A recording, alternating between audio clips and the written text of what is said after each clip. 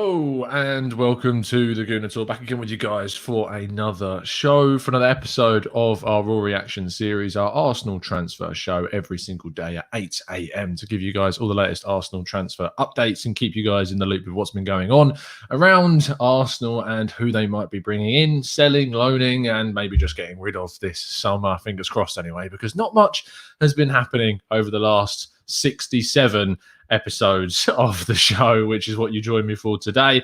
Hoping that we're going to see some deals announced very, very soon. And there is some news of ones getting very, very much closer, as we always say. But genuinely, there's news of medicals, there's news of talks, there's news of possible offers being given to players. So let's get straight on with things. But make sure you drop a like on the video and subscribe to the channel if you're new around here with those notifications turned on so you never miss a show. I hope you're doing good and well in the chat box. Good morning, everybody. Thank you ever so much for tuning in, as always. Let's kick off with our first piece of news is that obviously Mikel Arteta was spotted at the training ground for the start of pre-season yesterday, in which this picture circulated and caused quite a stir amongst the Arsenal fan base. Looking a little bit tired is old Mikel, and hopefully that's because he's trying to get plenty of transfer business done. Now, I just think it's poor lighting on the cameraman's part. I think he's looking as swell as he ever has. He just, I think he needs a little bit of a trim. Get those sides sorted, Mikel. I think you need a 0.5 to 1 fade on the sides, please, and sort yourself out, because that's getting a little bit out of hand there, son. Moving on to kind of some good news in regards to Arsenal's youth anyway. We've got some good news for Arthur Okonkwo and for Taylor-Hart, who both look like they're going to be signing new deals, according to Chris Wheatley of Football London, who says that these two have been obviously in negotiations. If nothing's been signed yet, the good news is the picture on the left of Taylor-Hart was taken yesterday. He is still there in training, even though his contract technically expired. So you would hope that means that a new contract has effectively been signed or is going to be signed, or there's a verbal agreement and he's still there training. So that's a really good piece of news, because he is very highly rated. It is important that we tie these youngsters down. Okonkwo was, of course, part of the squad a lot last season, didn't play, but he was a lot of that 25th and 26th man in the squad at times. So that's a really good bit of news for Arsenal, that they're tying down those youngsters to long-term professional contracts that hopefully should see them get some game time. Should they go on loan? I think players like Miguel Aziz certainly should, possibly even following Balogun. We'll wait and see what happens in the transfer market with some of our kind of primary senior players before we start worrying about those guys. Going on to another player that was spotted at the training ground, and that was Alex Runarsson. Our Icelandic goalkeeper, of course, was linked with the move to Altayspor. And also confirmed by Charles Watts. That move is something that is really in the offing right now, but he's still at the ground. There's nothing in regards to him traveling to Turkey to complete that deal. Whether or not that means that it's been delayed or is going to happen today, tomorrow, this week, or next month, we don't know, but there is still legitimacy in those reports. So we imagine that talks are still ongoing about a possible deal, but of course he has reported in for training, so he was at the training ground yesterday. Going into Granit Xhaka, our last kind of out story of the day, Demarcio is reporting the likes of him and Rui Patricio from Wolves both looking like they're closing in now on their move to Roma. Arsenal do and have stood on their €20 million valuation of the player, something that Roma have been a little bit, well, not even a little bit, very, very much so apprehensive about paying. Italian clubs are suffering with some financial difficulties, as we know, because of the whole Locatelli-Juventus situation. But hopefully this is a deal that Arsenal can get done very soon. But no specific updates to forward this on, just yet more reports coming out from Italy yesterday that Granit Xhaka is indeed closing on that move, and it's just purely down to the price situation. Moving on to the possible ins and sticking with Italian financial difficulties, you may have seen comments from the Sassuolo president yet again, claiming that Juventus and a foreign club from abroad, so it could be the UK, could be anywhere else in the world, are in for Locatelli and in advanced negotiations. Now, there was a report also that followed on from this that Arsenal and Borussia Dortmund are not named as the foreign club. So despite the Sassuolo president previously stating Arsenal, that doesn't appear to be the case. I suspect it was a case of using Arsenal's good name at times to try and really force Juventus into pushing for a move for Juventus and paying for Locatelli and kind of paying what Sassuolo want them to pay. It's not uncommon. It's Arsenal's name. They're used a lot. They know they're in for a lot of players, especially in midfield, and there probably is interest in the player, and we know that there genuinely is because of reports from the likes of Charles Watts. So It's a shame. I dislike seeing clubs using Arsenal's name in this way to try and force through deals, but it is part and parcel of the business. I would never have expected Locatelli to choose Arsenal over Juventus, and I would have expected him to wait for Juventus to finally kind of stump up the money. It's annoying because he was definitely my first pick. However, he's not the end of the world. There are plenty of other central midfield options out there, and Arsenal seem to be moving for some of them, which we'll come on to in a little bit. Another bit of disappointing news surrounds Aron Sanchez. Now, we reported the other day to you guys through Diego Montalvan, who is a Peruvian football journalist, that he had heard that initially Aron Sanchez looked like he was going to be joining up with Arsenal for pre-season. However, he did speak directly with the players' reps yesterday, and they informed him that actually, in fact, that is not going to be happening. For whatever reason, he doesn't actually know the reason right now as to why the trial period is not taking place. There are theories that it could be due to work permit issues and stuff like that, especially during the pandemic, making it difficult for travel. But work permit issues seem to be one of the biggest stumbling blocks for this to take place. And that's a real shame because he is very highly rated. This is where one of those situations where if Arsenal had a feeder club in Europe and on the continent, this would be very much a situation where they could use handily to get that club to bring him in, develop him for a couple of years before they're moving on to Arsenal, should the time be right. If not, then just moving him on to another club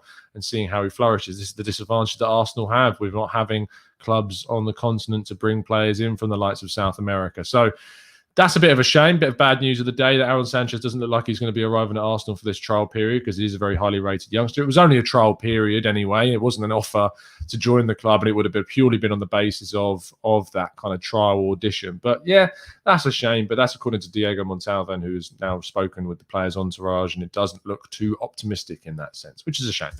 Let's move on to our next story, which revolves around Sambi Lokonga. Now, reports are that he is now going to be conducting his medical ahead of a move to Arsenal, which is the next step along that deal being done. Really good news on that part. Arsenal's figure of around 22 million euros, including add-ons. We imagine it to be around the 17 million euro figure with something like 4 to 5 million in add-ons for that deal to take place.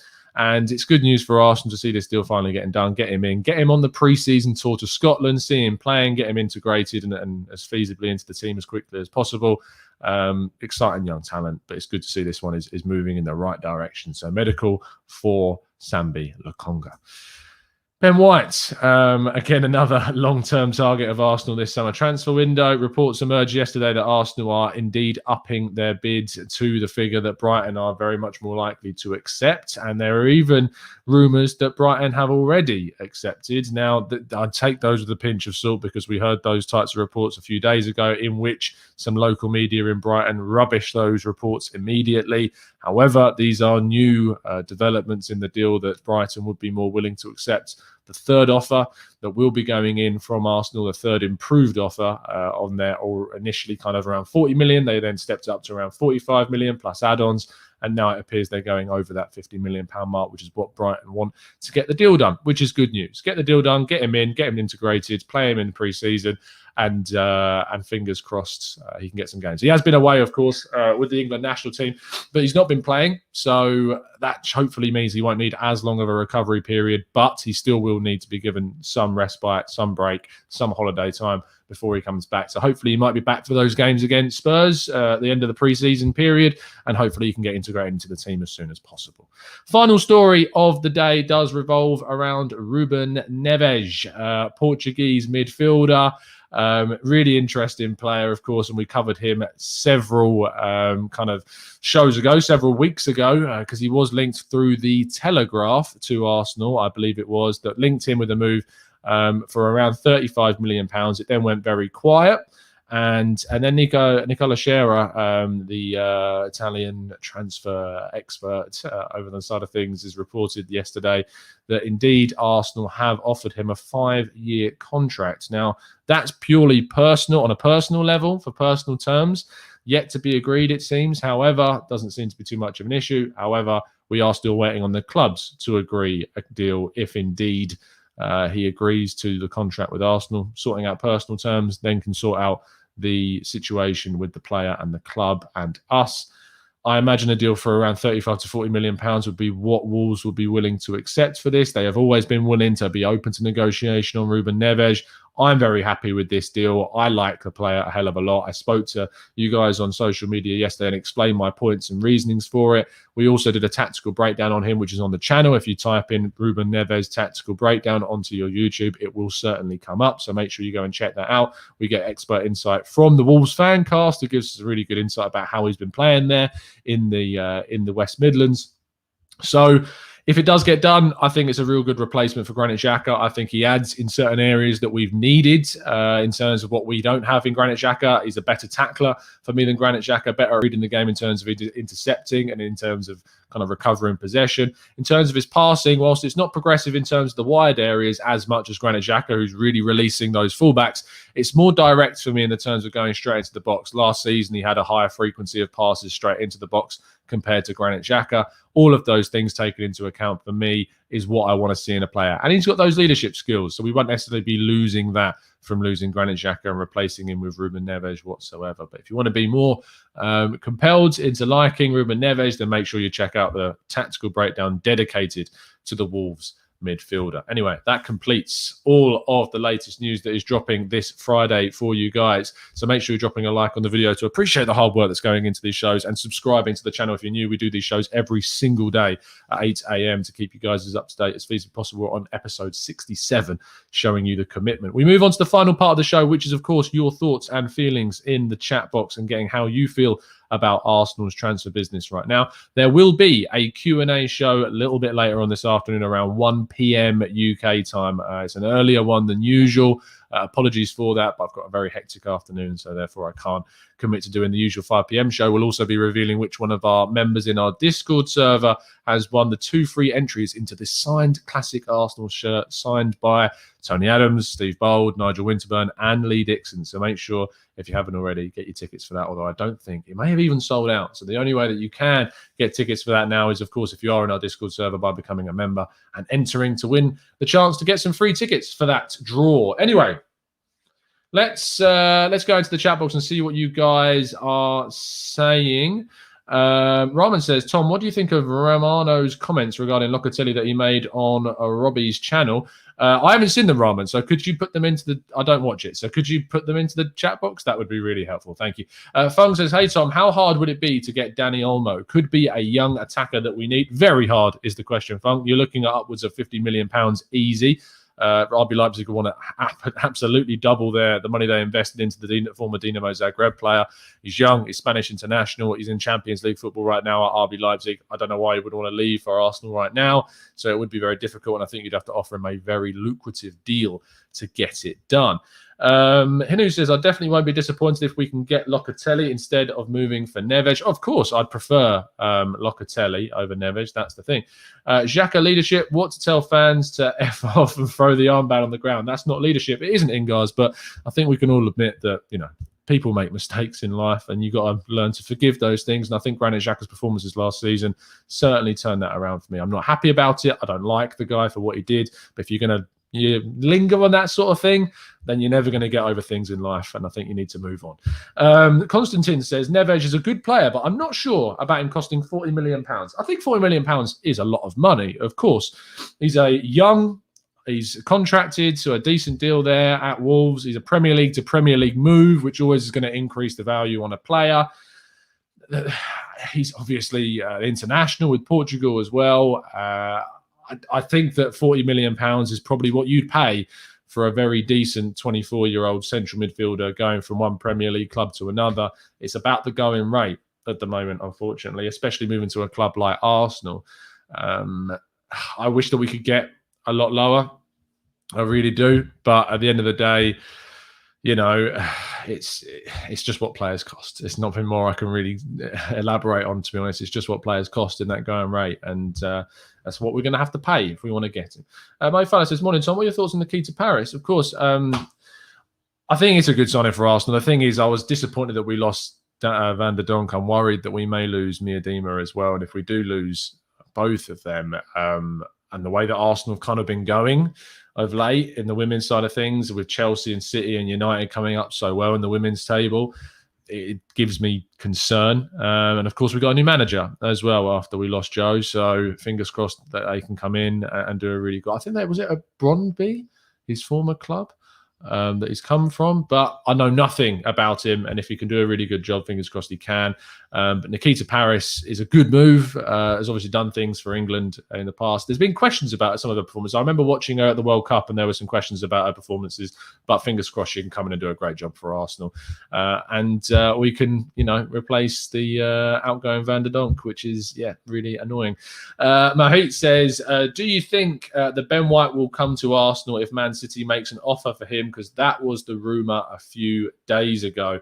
In terms of Ben White and interest from other clubs, I wouldn't be surprised if Man City made an offer. The problem is with Man City making an offer, they've got Ruben Diaz and they've got John Stones.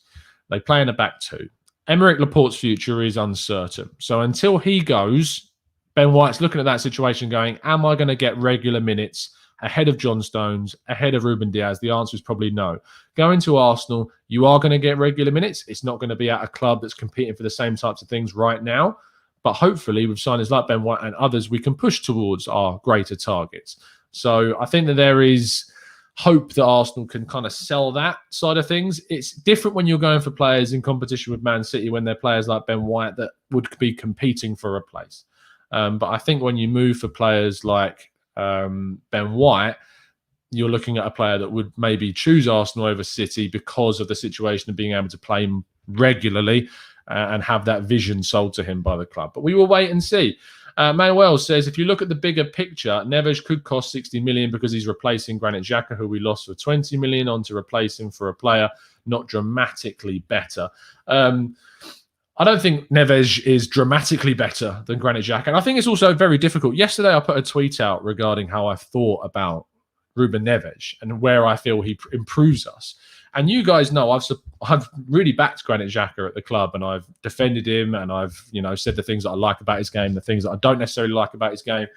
But I remember Yannick being in the chat quite a lot, and obviously not a big fan of Granit Xhaka, and obviously clashing at times in terms of opinions on him. But I put one tweet out yesterday about Ruben Neves and one tweet about kind of the areas that I see him improving our team. And my God, did I get set upon by people thinking that I was just casting Granit Xhaka aside, not appreciating what Granit Xhaka has done. Well, you guys know how much I've defended the guy at times. It is interesting how immediately, as soon as you say maybe one player is a good move for us, and you don't necessarily, in 200 and whatever many characters you have, highlight all of the good things about the other player, it is amazing how quickly you get set upon. It's mad, but it is the world that we live in, and I'm not surprised because we've been around long enough to know that's what happens. Ethan says, if we don't get Bissouma or someone similar, would you take Torreira for a season and see if it works?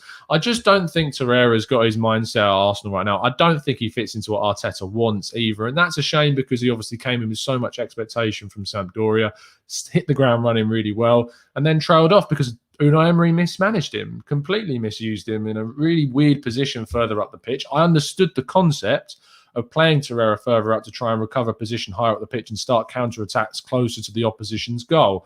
The issue is that it didn't work. That was the issue, is that for me, Torreira needs to be in a more reserve role, playing in that number 6 position or in a more conservative number 8 style position. So it's a shame. I don't think it would work out. I wouldn't keep him. I would move him on, get the money in, and move for a number 6, a proper number 6. Wesley says, Tom, you were talking about unlocking Partey by getting someone more mobile, workhorse like Bissouma. Is Neves that kind of player? What do you think, not of him individually, but of that possible partnership? The thing about Ruben Neves is that he's not a mobile player in comparison to someone like Bissouma. He's more mobile in terms of his coverage of the pitch than Granit Xhaka, who tends to skew towards one side of the pitch. If you look at both of the two players' heat maps, you can see the coverage of the pitch in comparison from Neves to Xhaka, who skews to the left. And whilst Neves, yes, has played multiple positions across the midfield, has still done, in games, more coverage of the pitch. You look at the individual game heat maps to see that as well. So I think that he is more mobile and he moves about the pitch a lot more. But the thing is about Neves is that signing him is a weird one because it maybe indicates that Arteta is open to a 4-3-3 in the style of Liverpool. And what I mean by that is that you play Neves and Partey together, but you play then a number 6 behind those two to really give them that more kind of freedom to be more progressive, that freedom to go forwards and know that you've got that sweeper in front of the back four that's going to cover that position that effectively turns into a back five at times. So maybe Lokonga plays that role. Maybe Neves plays that role on his own and Lokonga plays in the 8 role. Who knows? I think they've both got scope to do that. But yes, I think Neves is a better partner for Partey than Granit Xhaka was, because I think Granit Xhaka was quite one-dimensional in the way that he used that role, in which he was basically an enabler for the left flank, pushing those passes into the channels on the left-hand side for Kieran Tierney, which worked, was great, really accurate. But the thing about Neves is he's more direct with his passing, will go to the flanks, but will also go more central and try and find straight passes through to the strikers more than Granit Xhaka will. Granit Xhaka still does that, but Neves does it more. And so that's what you need to be thinking about when it comes to Neves. And I think that his mobility means that Partey would be able to be more progressive and not have to worry about, you know, Granit Xhaka turning like milk. So that's a little bit of a problem.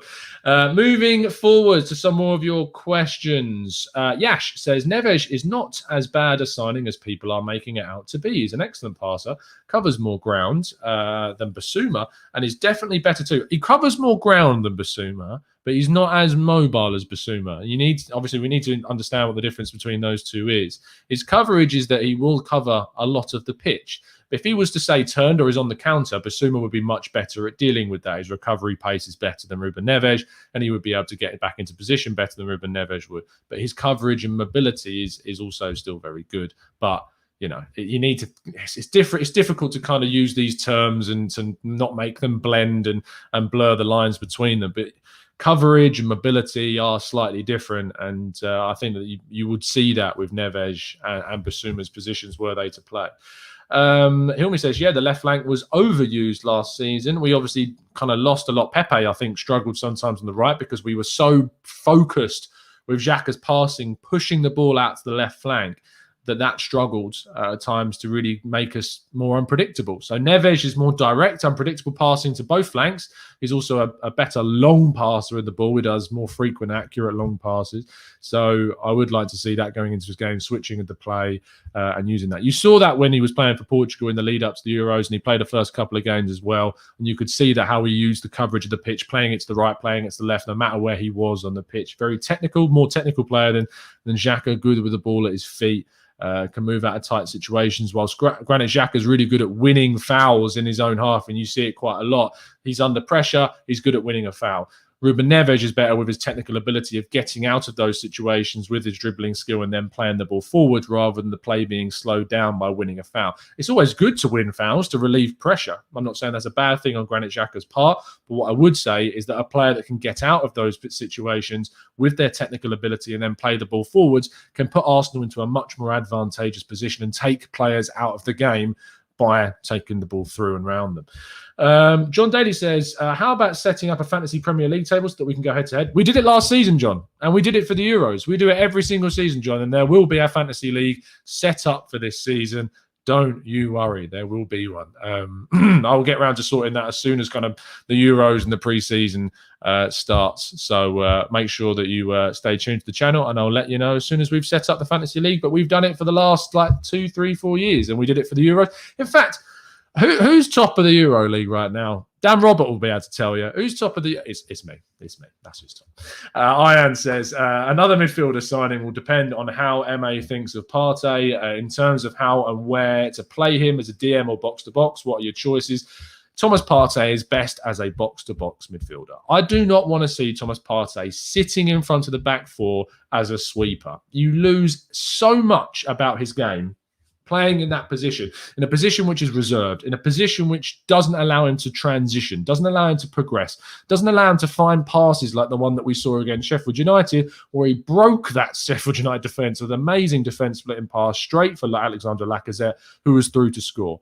I want to see Thomas Partey playing box-to-box and then transitioning the ball, driving at oppositions, pushing Arsenal up the pitch, and being transitional and transformative for our midfield. That's what I want to see. I do not want to see Partey playing as a 6. It is wasting all of the talent that he has got. Buy an actual 6. Don't buy a great world-class box-to-box midfielder in Partey and waste him in a number 6 position. Not interested in that whatsoever. However, I would tell him to shoot less. That is one thing that I would tell him to shoot less. Manuel says, there's no Spurs in your team. I'm sorry, mate. It doesn't count. In the league games, I have a rule in Fantasy Premier League, no Spurs players. But when it comes to international football, I'm an England fan. I'm not your Lee Judges. I respect to Lee Judges for what he's doing. I understand it completely, but that's not me. I will celebrate if England and an England player scores. As far as I'm aware, they're wearing the 3 lions on their chest. They're not wearing their club crest. So that's where I draw the line, personally. Judge me all you like, but that's where I draw the line. Respect to Lee and respect to his morals. I genuinely really do respect it. And my God, it takes some hell of a restraint during those moments. But it's not for me. And I'll be supporting England 100%. Hilmi says, can you do a tactical breakdown for our new set-piece coach? It's very difficult. I would have to look at where he obviously came from Manchester City. So we maybe can have a look at some Man City set pieces and see how that gets on. But I'd have to do some real digging to get some expert insight on their set piece coach. Maybe I'll have a chat with Sam at the Athletic and see if he can let me know anything, because I genuinely would know nothing. But I'll try and do some digging and see what Sam says. Mad G says, maybe a stupid question, but with the large focus being on finding a partner for Thomas Partey, would it be wise to include Partey's input in finding the right player? I mean, absolutely. There's absolutely nothing wrong with that, Matt. When you're trying to find someone that works best with someone, 100% consult the player. 100% look at Thomas Partey's past, see the Coques, the Sauls that he's been playing alongside at Atletico Madrid, see what worked best, and find the best partner for him. It's not a silly question, Matt. It makes complete sense.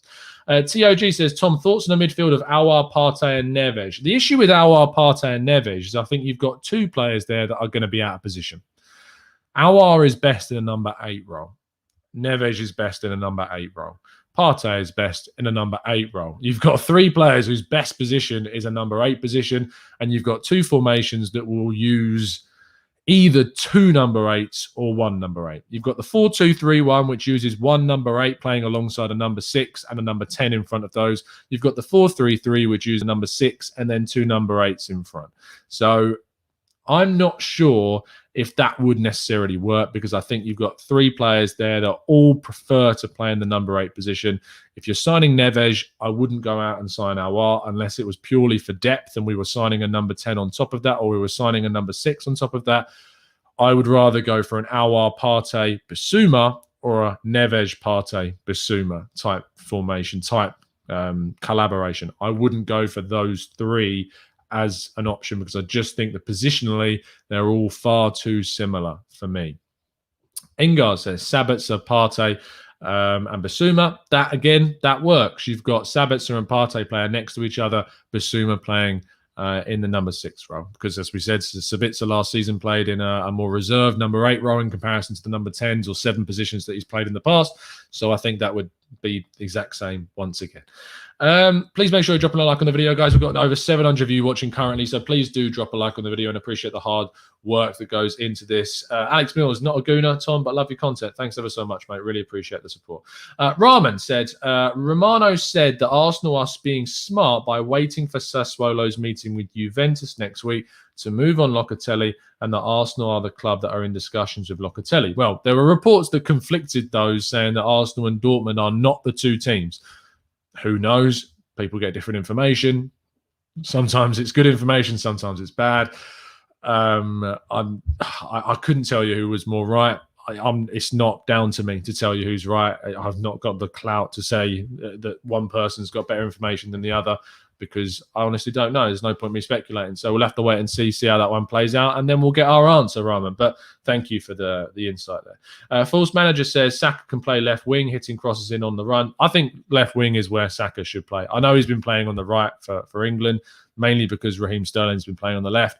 I prefer Pepe on the right. I think that's where you're going to get him being the most deadly. And I think Saka, for me, is a better creator than Pepe. And I think on his left foot, you're going to get more creation from Saka on the left-hand side. However, there is a caveat with this, and that is that I am open to seeing a right footer on the left-hand side, mainly in the form of Emile Smith-Rowe. So you've got that kind of left foot, right foot variety in playing him in front of someone like Kieran Tierney. I'm also open to seeing Xhaka play as a left wing back in a back five and playing Smith-Rowe ahead of him on the left wing, playing kind of a 5-2-3 kind of formation or a 3-4-3 formation.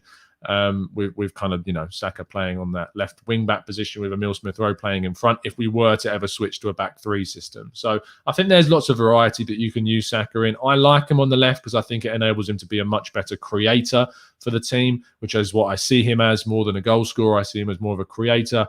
And I see Pepe for us on the right-hand side being as more of your goal threat. Really, I think Pepe needs to be given a full season of starts. Just persist with Pepe on the right. Play him week in, week out. He doesn't need the European, messing that up. Willian, if he stays, depth, barely use him. Pepe, play him week in, week out. Get him on the pitch at all times and give him consistency. That's what I want to see from Pepe this season. £72 million investment. Let's use him. That's what I want to see. Hinu says, Tom, sorry about the hay fever, by the way. Tom, do you think we will still make a move for Onana later in the window or in January? I'd be very surprised now, Hinu. I very much think that Bernd Leno is the future. Not that I think that's the right decision, but I think that's the way that the club are moving, and they very much see him as kind of the future option for Arsenal going forwards.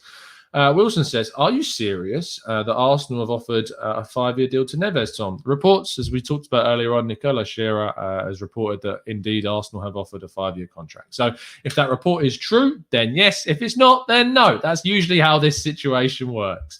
Abe says, really hope Ainsley becomes our permanent right back. He'd be perfect. I don't agree, Abe. I think that he lacks certain qualities that are needed for right back. I think he lacks kind of the deliveries, the final ball for a right back in terms of his crossing, in terms of his movement and positioning. The way in which he overlaps at times can be a little bit off. Defensively, he's good. He's shown that to be. I'm not sure he works in a back four. I think he's better as kind of a wing back than he is kind of an outright fullback. So I'm not as keen on the Ainsley thing playing there. I think Ainsley should probably be sold. Liam Thomas says, I think we should get created more than a defender. A creator, more than a defender. Let's not forget we had the third best defense last season. Okay, let's address this. Not this myth, because it's not a myth that we had the third best defense last season. But we need to address the fact that I know there's the phrase of if it's not broke, don't fix it. That for me is more for during the season. If something's going well, keep it as it is. But the thing about football is that it doesn't stand still. Teams improve. Teams get better. You need to improve areas of strength. Let me put it this way. Imagine like a castle wall, yeah? Your castle wall survived a year, did excellently well, repelled every single attacker that it ever got. But the thing is the army's going to go away that's attacking you. The army's going to improve. The army's going to upgrade. Does that mean that you should just stick with the castle wall that you've got? No. Upgrade your castle wall. Make it higher. I've been playing too much apps on my phone. But do you get the analogy? Is you don't stick with what you've got just because it's good. Make it great. Make it better. Upgrade upon it. Yes, we should also improve the creating areas of the pitch. That's not what I'm saying. But it's important to improve upon the strengths that you already have. That's what turns good teams into great teams. And that's what Arsenal need to do in the window. Let's scroll up. When am I getting a haircut, Wilson? Very soon. This is ridiculous. This is far too long. Turning into Elvis. Getting Elvis hair very soon. Xhaka signed a new contract, says Anthony. Xhaka signed a new deal a while back. Unless he signed a new deal, which would be great. That'd be wonderful. But I haven't seen any news about Xhaka signing a new contract. Nope, see nothing about a new contract. His last contract he signed was in 2020. So good news in that area of the field. True, Tom. If you stop improving, you will fall behind. You can't stay stagnant.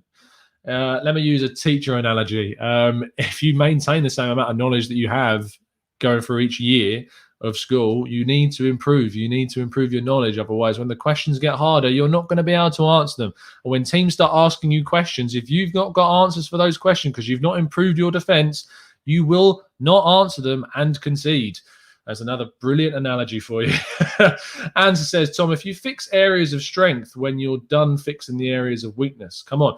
I think Ansa, that you're assuming that one is not done without the other. You're assuming that one is done at one time, the other then follows. Why can't you do them in the same transfer window? You certainly can. That's the benefit that we've got in football, is that you can improve all the areas. If I go back to my castle analogy, there's not one bloke fixing the walls. You've got people all over the castle fixing different areas, improving your attack, improving your defense. You can do that at the same time. So you improve both simultaneously, Ansa. So it's not so analog. It's not so one-dimensional. You need to improve multiple things at multiple times.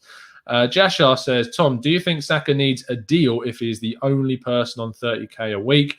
I think the thing about Xhaka is that, and the thing about contracts in general, is if you jump too early and you improve things too early, all of a sudden you get in a situation whereby you've offered them a new deal at, say, a double the contract they are on.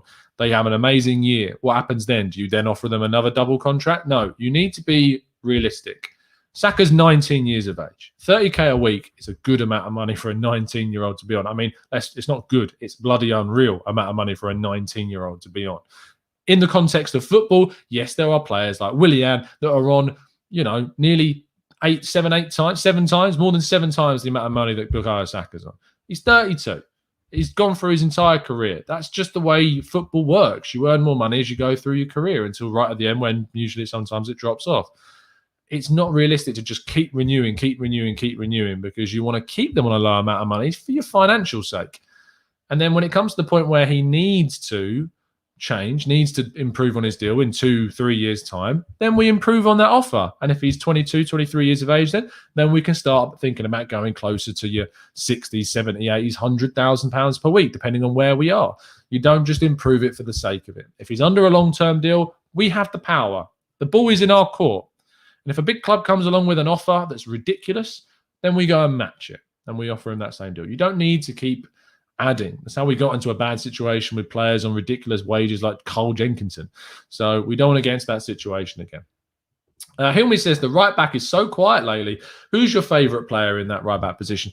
We talked about this a lot, Hilmi. The reason why it's so quiet right now is because ultimately we're ultimately in a situation where we've got 3 right backs. So because we've got 3 right backs, we're not going to sign one. Until we sell one, we're not going to move one on. And that's the situation for Arsenal, is until we find ourselves in an area where you move on Hector Bellerin to Inter Milan, you're not going to bring one in because you've got Cedric and because you've got Chambers. So, yeah. Oh, man, you've made me really conscious about my hair.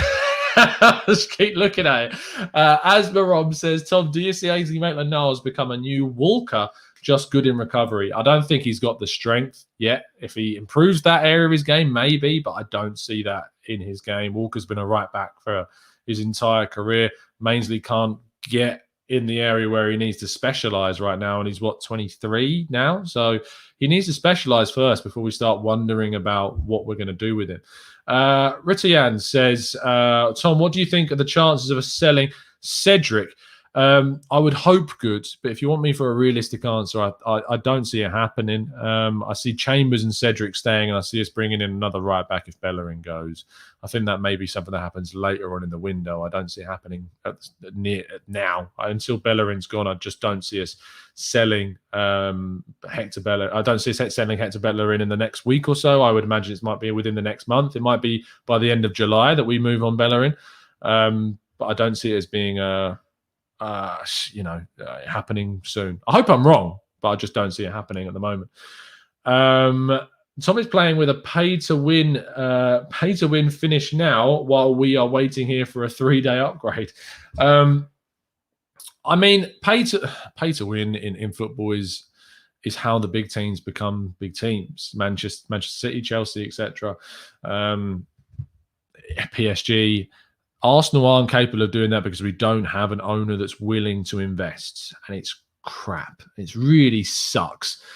Obviously, I know we've spent a lot of money. We've spent, and I use this example all the time, we spent £561 million between 2015 and 2019 in the transfer market. We made a decent amount of money within that window too, with sales like Iwobi, Alex Oxlade-Chamberlain, Giroud, etc. But we spent that money so badly. Now, we need to change the way that we spend money. And now, seeing us look at Premier League talent like Neves, like White, that's a good sign. That's a good thing. Like, I want to see Arsenal pushing to improve by bringing in players that are established Premier League quality players, not always bringing in players from the continent. I'm not saying you stop bringing in players from the continent. I'm saying that you find the balance. And yes, sure, this season's a really good opportunity for us to bring in players from the continent because the continent's suffering after the pandemic. But this season's really important. And so we need to make sure we've got players that are going to hit the ground running. And one of the best ways to try and guarantee that is to bring in players that are Premier League ready and Premier League proven. We will see how it goes. And fingers crossed, we can get some really good players in this window. Regan says, I've seen your ITK rater. All the false rumors have made me want to stay away from Twitter. I don't blame you, mate. It's really bad. I had about 5 DMs yesterday from 5 different people sending me 5 different ITKs that all had under 1,000 followers, desperately trying to make stuff up, trying to make money. That's what it is. If you aren't aware of this, why ITKs exist is because they grow their channels and they grow their Twitter accounts and they sell them on the black market. Selling accounts is not allowed. Twitter doesn't allow it, but it doesn't stop it from happening. It's really easy to sell a Twitter account. Like, you just give someone your login and your password and you're done. And there's an exchange of money. Like, it's really easy to do it. And people build up their accounts and sell them on. It's what happens. There's no way to prove it. There's no way to know that it's happened. Really, there's signs sometimes. I mean, I've been suspicious of accounts before, looking for like changes in personality on really big accounts. We talked about the AFC Bell before, and a few of the tweets from this season made me a little bit suspicious. I don't know if that account's been sold, and I'm not going to sit here and allegedly say it's been sold and say it like I know it. Who knows? You're never going to find out if it has or not. You're never going to find out if other accounts have been sold. But that's the reason why ITKs exist, because they want to build up a following and they want to sell the accounts on. So just be so careful when you're on Twitter reading different things, because it's 9 times out of 10, it's nine times out of 10 is an understatement. 999 times out of 1,000, it's not going to be true. So just be very, very aware. I do my best on Twitter in a very jokey way to try and highlight some of the accounts that you should stay very, very clear of, that are very, very clearly trying to make money, trying to get attention, trying to do things by faking info or guess info or steal info or just reword info. Just be careful. Look for accounts that are verified. Look for accounts that have got a track record of getting things right legitimately, that have been first to things, that are credited by sources, credited by other media outlets that are legitimate, and you're sound. Another good way is if accounts react in a hostile way to you calling them out. If you see a reply saying, this is BS, you don't know what you're talking about, blah, blah, blah, blah, blah, and they're going, I'll see it, we'll see, or, you're wrong, or you're an idiot, I'm being polite. There's a lot worse things that they've said.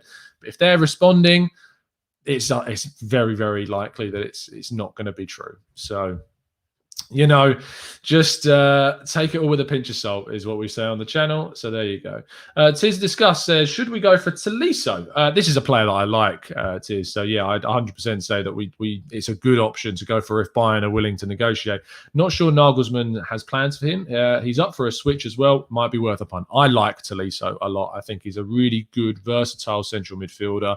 Does everything that we want. Really progressive, really good on the ball, technical ability, play at the top level. Has that winning mentality, like him, French international. If you can go and do it, do it. Really good option. But it looks like we're going for Neves. So, yeah, doesn't look like it's going to happen. Sultan says, what's your opinion on Joachim Mahler and anything on Basuma? Basuma, there's nothing, mate. Really sorry to disappoint you and plenty of others. And there's nothing on him at all. Do I like Joachim Mahler? Yes. Have I seen him a lot of Atalanta? No. Have I seen him a lot for Genk? I saw him a fair amount. Really liked him in the Belgian league. Did I see him a lot for Denmark? Well, only that the European tournaments, and he was really impressive. Gave away a blatant penalty on Sterling, but we'll move past that. But when it comes down to how he's got on at Atalanta have got a really good track record of making some decent signings in the last few years to put them back into contention of playing Champions League football. And Marla's been part of that. So he can play on the right, can play on the left. He is more naturally a right back. He's been playing in the left wing back role for Denmark. So I like that versatility. I would need to have a little bit more info from how he's been getting on at Atalanta to be like 100%, yes, let's do it. But I like him. So maybe I would. There's your thoughts there. Roshan says, Tolisso will probably be going to the likes of Juventus. Yeah, I mean, that makes a complete sense. Complete sense. But if he goes to Juventus, then maybe the Locatelli situation, I mean, surely you can't have both of those. Patrick, Damsgaard's had an absolutely fantastic tournament, 100%. False Manager says, White, Neves, Celik, Ramsdale, where do we finish? With just those four? Well, there's no attacking midfielder. There's no backup left back. There's no backup goalkeeper. There's no kind of backup. There's no really good position that we need that's missing there.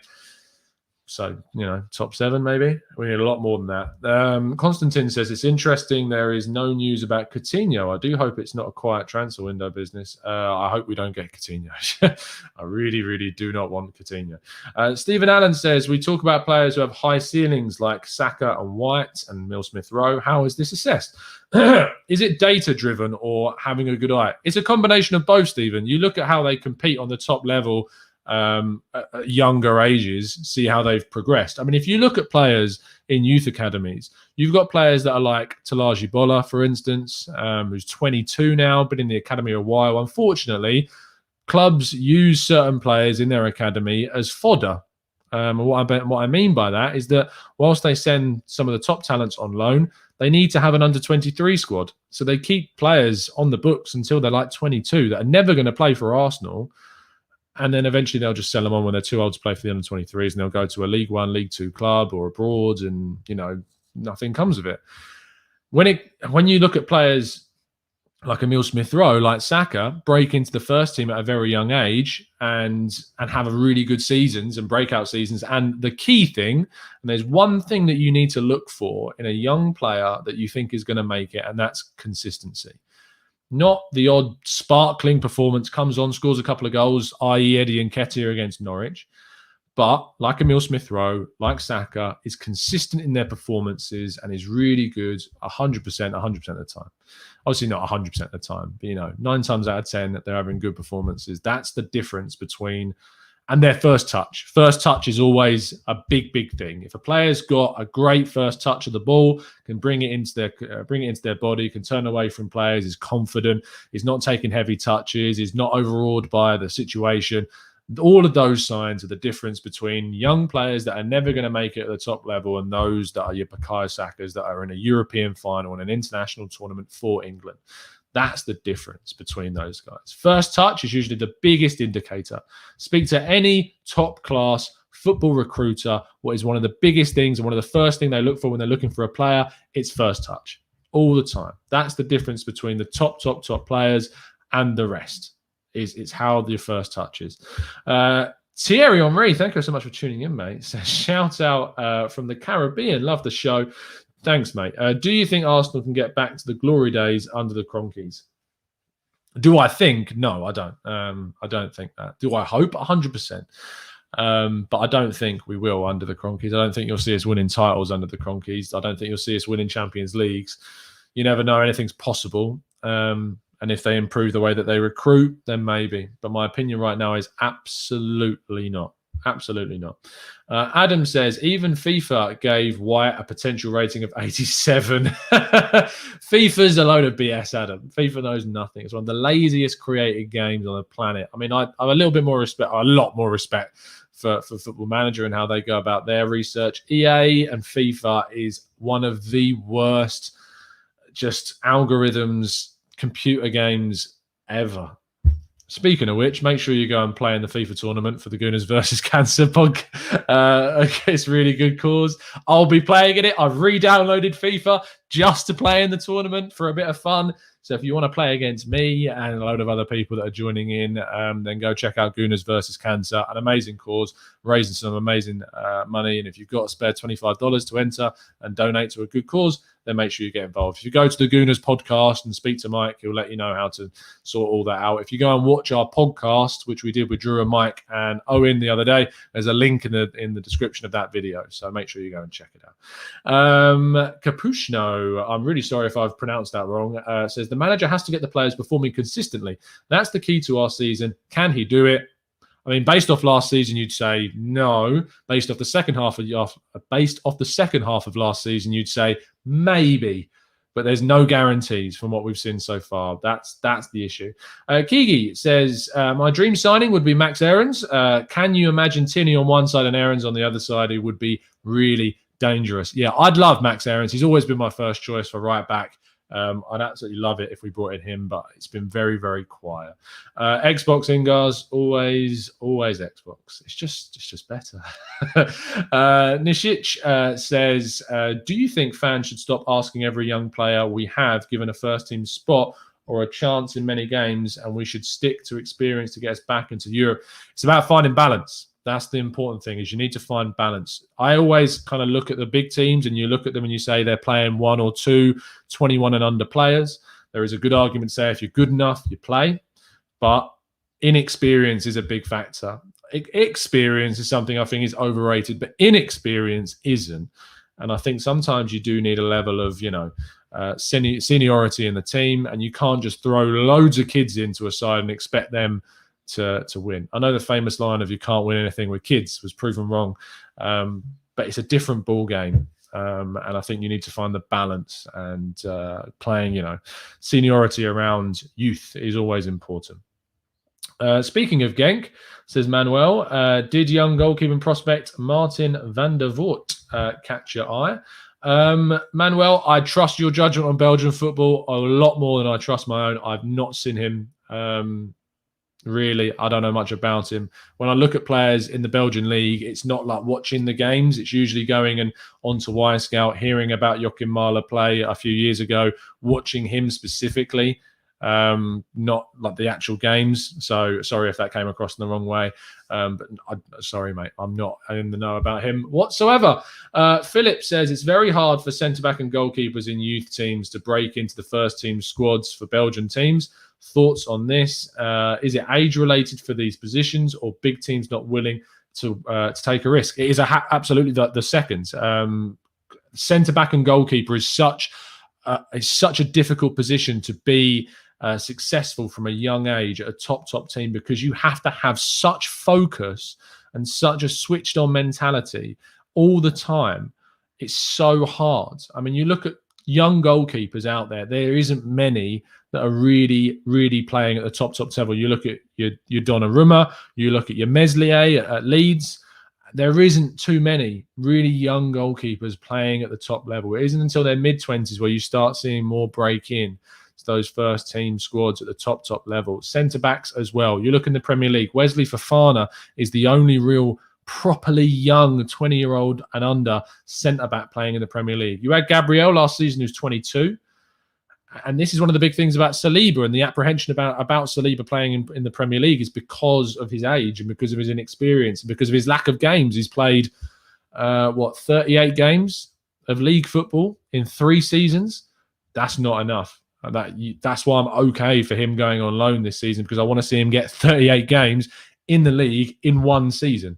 That's what I want to see from Saliba. And then we can have a really good conversation about then getting him and making sure he's getting into the team and given a chance. But I can understand why they want to send him on loan again. Trent says, is 30 million on our realistic? It's 100% realistic, Trent. Yeah, 100%. I'm sure Leon would be willing to accept 30 million for our because of the situation financially and because of the way that his value has dropped over the last year. Is it the right decision? I'm not so sure. I think there are better players out there, and I question his lack of attitude is what I question.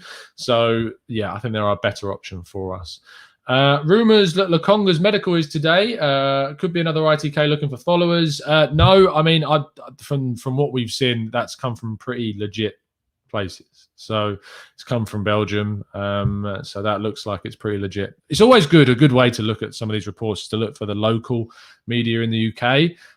Some of the smaller countries like Belgium have some really good, like HLN with PJ and Christophe Terrer doing some really good work. Look for those guys. They're usually your reliable sources. Anyway, I said I was going to do a Q&A show later, and I've realised I've been going for 55 minutes on this morning's show, which is a really long time. But thank you ever so much for tuning in, guys. I'll be back at 1 p.m. today to answer plenty more of your questions.